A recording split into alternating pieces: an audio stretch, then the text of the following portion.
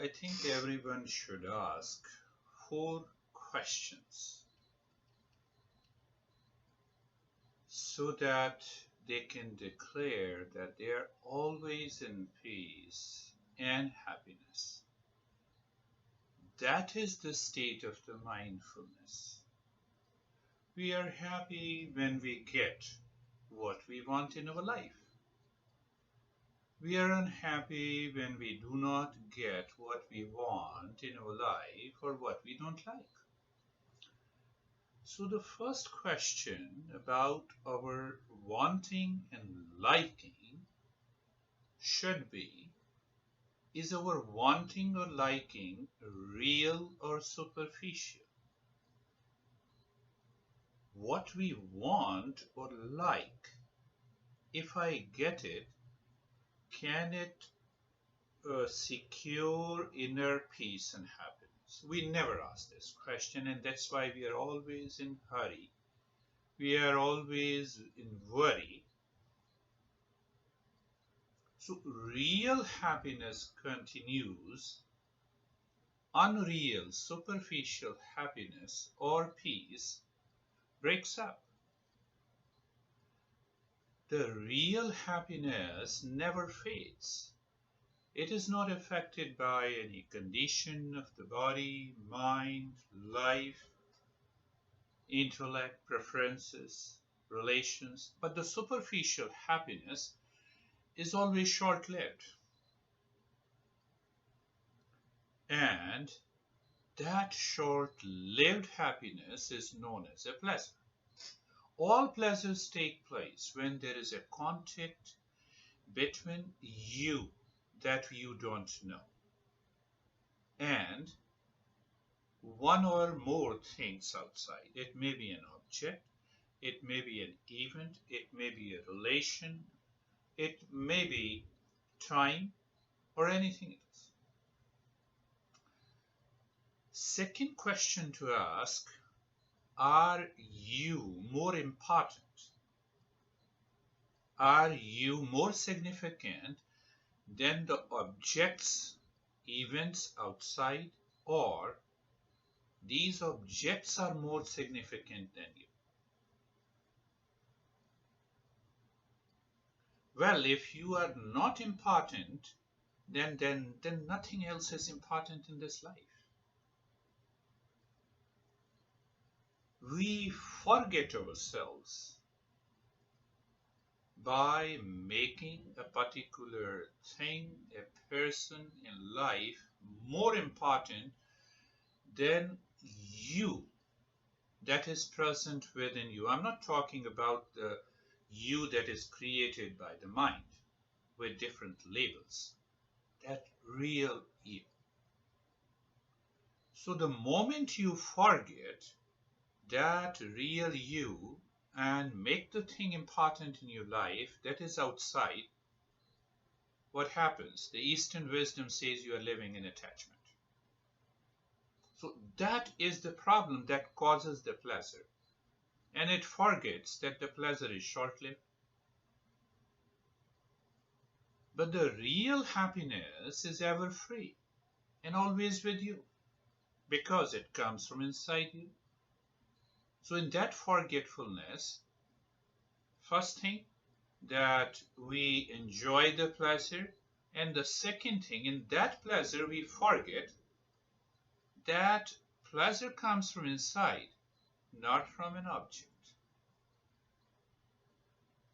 So to maintain that awareness, to live in that state, is nothing but mindfulness. My master used to give an example that in deep sleep, you're totally disconnected from everything outside. Object, event, person, relationship. You are not husband, wife, boss, daughter, rich, poor, and you are in a blissful state. So take that reference point, that can I become aware of that state that is devoid of everything? So the third question, if deep sleep is devoid of everything and gives me a blissful state, can I achieve this state in a waking state? So there the phrase comes living from moment to moment. That is what the mindfulness and that is what the meditation is. Can I live and enjoy the pleasures of the objects, relations, locations, and time without attachment? That happens in the state of the mindfulness. And if yes, we have learned mindfulness and we are living in it here and now. Even when you are listening to me, you are into that state of the mindfulness. If not, we need to learn.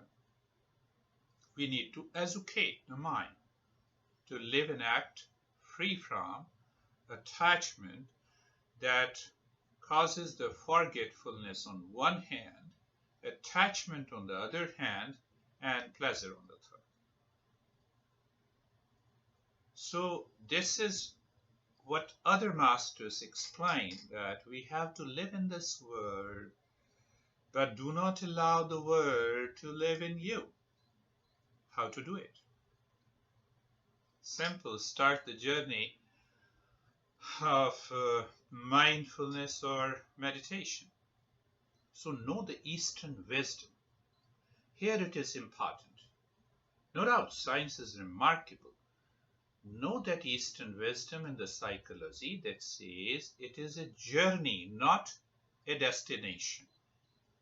You may experience pleasure in doing 1 minute, 5 minutes, 10 minutes of mindfulness, and then return to the same old routine habits, anxiety, and distress. Yeah, many of my students and friends say that I'm always in deeper state of peace and happiness in your practice for an hour, but the moment I return to my car to drive home, everything is lost. Why? Because mind has seen the mindfulness state, but it has not tasted it. Or mind might have tasted that 1 hour of mindfulness, but it has not lived. You cannot live in mindfulness in 1 minute, 5 minutes, 10 minutes of the practice. It's all craziness. So mindfulness is a journey. Now, when it is a journey, then it follows certain principles. So the fourth question comes, what is a journey? What kind of a journey it is? So every journey has some rules to follow. These principles comes from the Eastern wisdom that I discussed last time. Why science does not know it? Because science always is focused on the objective reality. But the Eastern wisdom alone says, know thyself. And this self is the subjective reality. Can you find your own true self in somebody else, in your spouse, in your relations, in the best car, in your home? No. You are deeper within.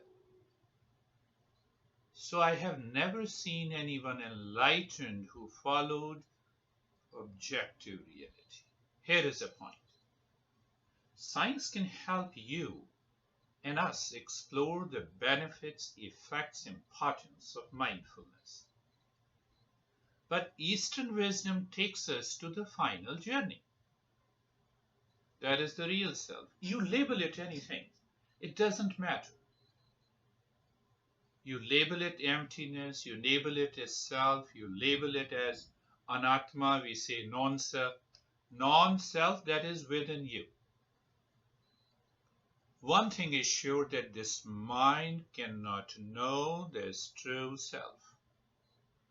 Only when regular practice fires the brain to rewire it, then we know, yes, we know something, but that knowing is very little. Why I say very little? This very little is neuroplasticity, epigenetics, maybe neurogenesis. You can change the structure and a function of the cell, and we can give a big talk. Can that help you to experience the mindfulness state? Now see what the Eastern wisdom says. There are 6 principles in eightfold noble path of Buddhism. We leave all those 6-fold path. We say, oh, we are intelligent, let us do mindfulness.